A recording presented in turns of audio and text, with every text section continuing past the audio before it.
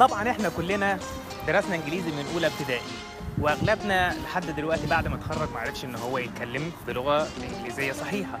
طيب ايه رايك لو انا قلت لك اتكلم انجليزي او اتكلم لغه انت عمرك ما درستها ابدا قبل كده؟ انا عملت الموضوع ده وجربته مع شباب امريكان ان هم يتكلموا عربي اللي هو اصلا اصعب من الانجليزي. تعالوا نشوف هيعملوا ايه. انت اسمك ايه؟ أنا اسمي نيك. انت اسمك ايه؟ أنا براندن. وانت؟ أنا سكاي. وانا اسمي كيمياء. انت منين؟ أنت من أمريكا. لا لا لا الله. أنا من أمريكا. I tried taking Arabic too. Yeah, that's cool. تحب تزور مصر؟ طبعا. أنا عايز أشوف الأهرامات. بتحب مصر؟ أيوة. تحب تاكل ايه من مصر؟ أنا عايز آكل ملوخية وكشري. تحب تاكل ايه من مصر؟ بامية. وانت؟ دواشي. انت بتلعب ايه؟ أنا بلعب بيسبول.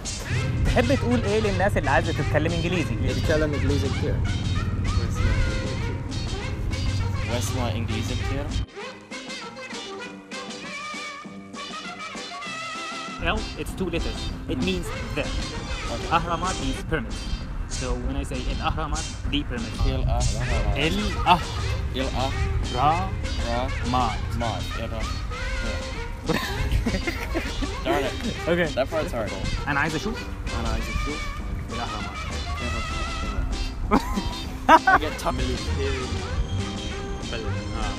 ملوخية بالأرانب. أرانب. يس. وبعد ما شفنا الامريكان وهم بيتكلموا عربي، في رساله انا عايز اوصلها لك من خلال الفيديو الفاني ده. انت تقدر تتكلم اي لغه لو انت درستها صح، تعلمتها صح، مارست اللغه دي وسمعت النطق بتاعها من اهلها. اعمل سبسكرايب عشان تتابع الفيديوهات اللي جايه في تعلم اللغه الانجليزيه مع كيمياء.